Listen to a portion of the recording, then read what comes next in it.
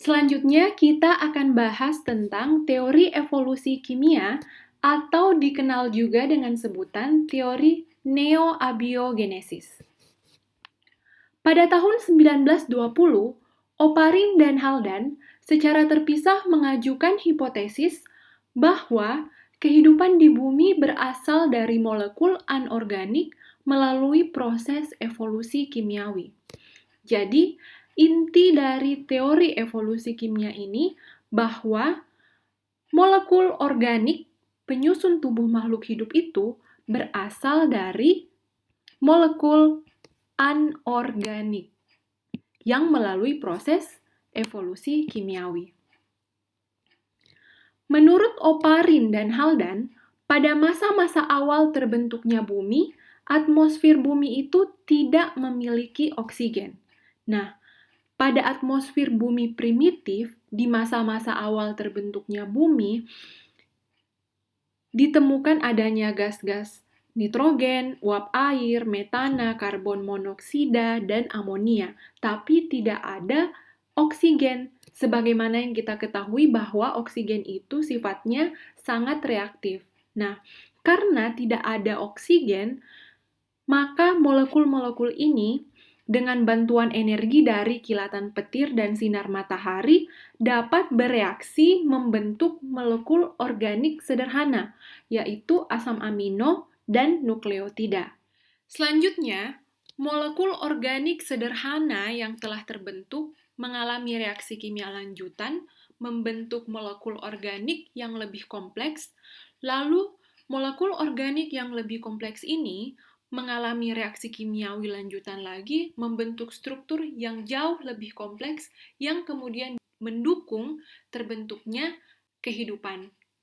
Nah, menurut Oparin, struktur tersebut dapat berupa kelompok protein yang dapat melakukan metabolisme, sedangkan menurut Haldane, struktur tersebut merupakan struktur kompleks di mana protein tertutup membran yang kemudian menjadi cikal bakal terbentuknya sel. Pada tahun 1953, Harold Urey dan muridnya Stanley Miller mencoba melakukan eksperimen untuk membuktikan hipotesis Oparin dan Haldane. Jadi, percobaan Miller ini menunjukkan bahwa molekul organik yang dibutuhkan bagi kehidupan dapat dibentuk dari molekul inorganik.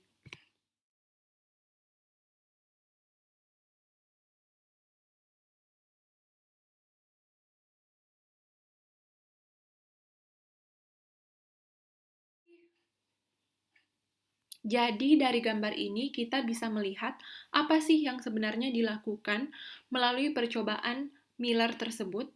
Nah, pada percobaannya, Miller memasukkan air, metana, amonia, dan gas hidrogen ke dalam tabung percobaannya.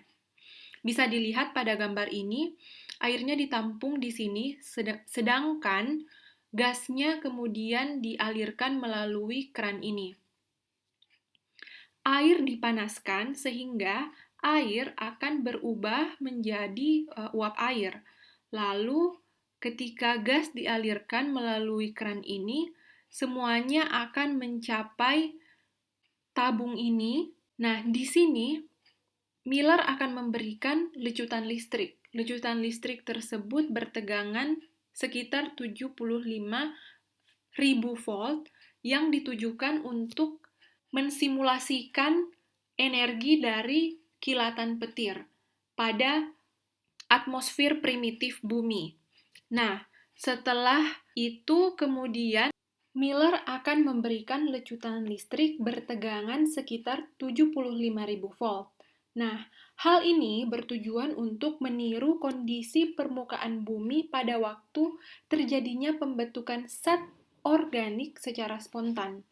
Dengan adanya energi listrik, maka terjadilah reaksi-reaksi untuk membentuk zat baru pada tabung ini. Nah, zat-zat yang terbentuk kemudian didinginkan melalui bagian ini dan ditampung di sini. Setelah hasilnya dianalisis, ternyata di dalamnya terbentuk zat organik sederhana seperti asam amino. Dengan demikian, Miller menyimpulkan bahwa zat organik dapat terbentuk dari zat anorganik secara spontan.